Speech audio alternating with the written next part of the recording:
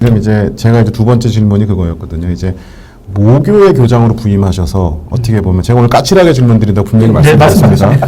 모교의 역사가 지워질 수 있는 일을 맡으시는 심정이 참 뭐 적절한 어휘가 생각이 안 나지만 곤란하실 것 같은데, 그러니까 그냥 교장으로 오셔서 이 일을 맡게 되신 걸로 제가 알아요. 먼저 했던 일을 사업을 받으셔가지고 진행하시는 걸로 얘기를 들었는데, 뭐 지금 말씀 주신 장단점은 또 이후 질문 과정에서 말씀하시면 될 것 같은데, 그 교장 선생님으로서 또는 모교 졸업생으로서 소회는 어떠신지 좀 이런 변화에 대해서 구체적인 수치 이런 것도 물론 말씀 주셨는데 인간적으로 어떠신지 좀 궁금합니다. 네. 우리가 변화를 얘기할 때 가장 변화가 느린 조직이 학교라고 얘기를 합니다. 네, 네. 기업이 제일 빠르다고 얘기하죠. 학교가 제일 느리다고 얘기합니다. 저도 학교에 거의 30여 년 근무를 했었는데요. 정말 학교는 변화에 어찌 보면 담을 쌓고 있습니다. 제가 30여 년 전에 어떤 공문을 만들었던 방법이나 지금이나 크게 달라지지 않았습니다. 30년 전하고. 예. 예, 예. 약간의 방법은 달라졌을지 모르지만 30년 전에 배웠던 그대로 해도 지금 크게 오류가 없습니다. 이렇게 우리 학교가 교육이 굉장히 변화에 둔감하다라는 거죠. 저는 밖에서 많은 사람들을 만나보면은 학교에 대해서 굉장히 비판적입니다. 그 비판의 가장 큰 골자가 뭐냐 하면은 학교의 구성원들이 학교가 너무 변화에 둔감하다라는 거죠. 이런 시대적인 흐름들 있죠. 이런 변화들에 굉장히 반응이 없다라는 겁니다. 무반응이다라는 얘기를 합니다. 그래서 그러니까 복지부동이 좀 있다는 말씀이라고 이해될까요? 네. 그래서 저는 이제 학교장으로 취임하면서 물론 이제 이 과학고 전환 정책은 전임 교장 선생님이 상당 부분 틀을 짜셨고 추진했던 정책입니다. 그러나 전임자가 했던 정책이지만은 바람직한 방향이라고 생각을 하기 때문에 저 역시도 적극적으로 추진하는 추진자 입장에 있습니다.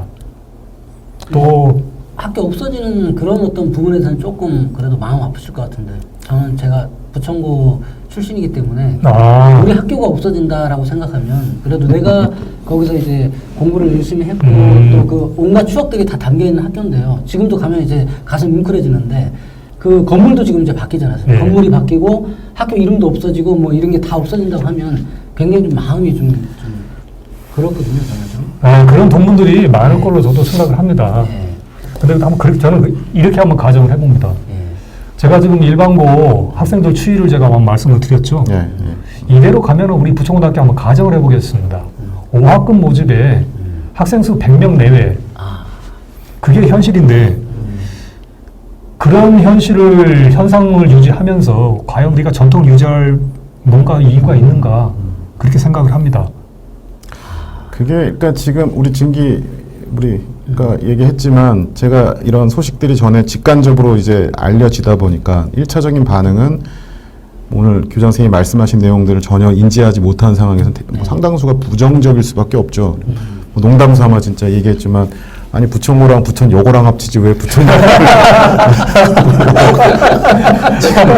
그게 그러니까 그 부천여고 보였잖아요, 우리 부천고등학교에서. 근데 제 개인적으로는 초등학교, 약대 초등학교가 지금 거의 뭐 한 반밖에 안 남았고, 중학교는 제가 아까 말씀하신 부천 북중 출신인데 사라졌죠. 명칭이 사라지고 홈페이지도 없어요. 그래서 사라졌죠.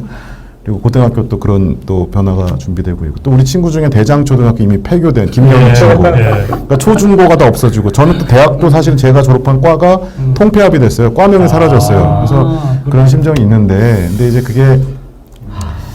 이게 지금 오늘 이제 또 이후에 말씀하시겠지만 이제 이렇게 변화의 당위성에 대한 필요성에 대한 불가피성에 대한 얘기들이 있고 또 실제 추진될 것 같고 지금 상황이 이럴 때 그래도 동문들의 의견을 충분히 수렴할 필요도 있지만 또 동문들한테 설득할 만한 어떤 방법을 제시하려면 그 동문들의 그 어떤 아쉬움을 달래기 위해서라도 역사를 보존하고 좀 이런 대안에 대한 얘기도 충분히 돼야지만 이런 변화가 다수의 어떤 동의를 받지 않을까 하는 생각이 들어서, 혹시 뭐 어려운 질문일 수 있는데 물론 이건 나머지 두 분도 이해하셔도 좋을 것 같고, 이렇게 부천고 역사를 좀 보존하고 할 만한 뭐 사례가 있거나 또는 뭐 아이디어가 있으신지, 뭐 좀 어려운 질문이지만 좀 드려봅니다.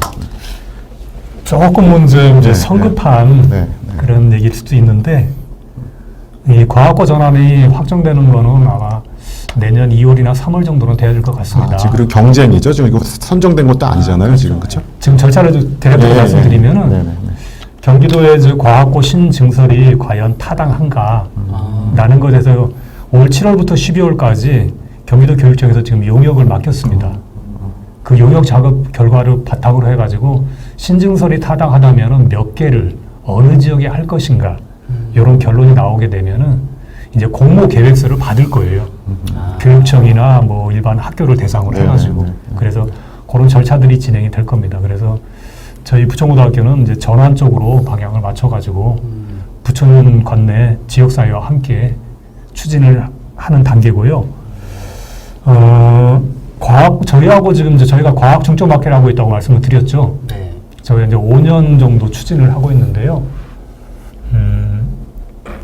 저희와 유사한 사례가 이제 일반고에 출발해서 과학 중점학교, 과학고로 간 사례가 인천의 진상과학고라고 아시는가 모르겠네요. 네, 들어봤습니다. 삼산동에 있는. 네, 삼산동에 있죠. 가깝나? 네, 가까이. 그다음에 대전의 동신과학고라고 있습니다. 그 두 학교를 보시면은 저희가 가고자 하는 똑같은 길을 이미 간 그런 발자취를 남긴 학교들인데요. 네. 그 학교에 제가 학교 연역을 한번 홈페이지에 들어가 봤습니다. 네. 그랬더니 그 학교도 홈페이지 상에는 일반고 1회부터 시작을 해가지고 과학고가 이제 중간에 바뀌었죠. 네. 그래서 이제 쭉 졸업 기수가 이어지고 있더라고요. 이렇게 단적으로 말씀드리면 저희 학교가 과학고로 전환한다 해도 과학고 전환 시점에서 뭐 땡땡 고등학교 1회 이게 되는 게 아니라 부천고 뭐 50몇 회, 60몇 회 이런 식으로 그렇게 이어질 거라고 생각하시면 될 것 같고요. 이건 중요한 얘기인 것 같아요. 그래서 학생은 이어지는 거죠. 예, 전환이 되더라도 예, 겉모습은 바뀌더라도 속도 바뀌겠죠. 그러나 우리가 추구하는 어떤 정체성은 크게 바뀌지 않을 거라는 말씀을 드리겠고요. 과학고로 전환된다 하더라도 우리 학생들의 진로가 과학기술 분야뿐만이 아니라 인문학이라든가 사회과학 이쪽으로도 다양한 분야로 진출이 가능할 겁니다. 따라서 우리 과거에 비평준화 시대 우리 부천고의 위상을 뭐 100%는 아니지겠지만 상당 부분 부천을 선도하는 그런 어떤 그렇죠. 학교의 어떤 입지를 다시 다질 수 있는 그런 계기가 네. 되지 않을까 그런 생각도 좀 드네요. 좀 말씀 듣고 보니까. 대화 중에 찬성으로 확실히 입장을 정하신 것 같은데 아니요.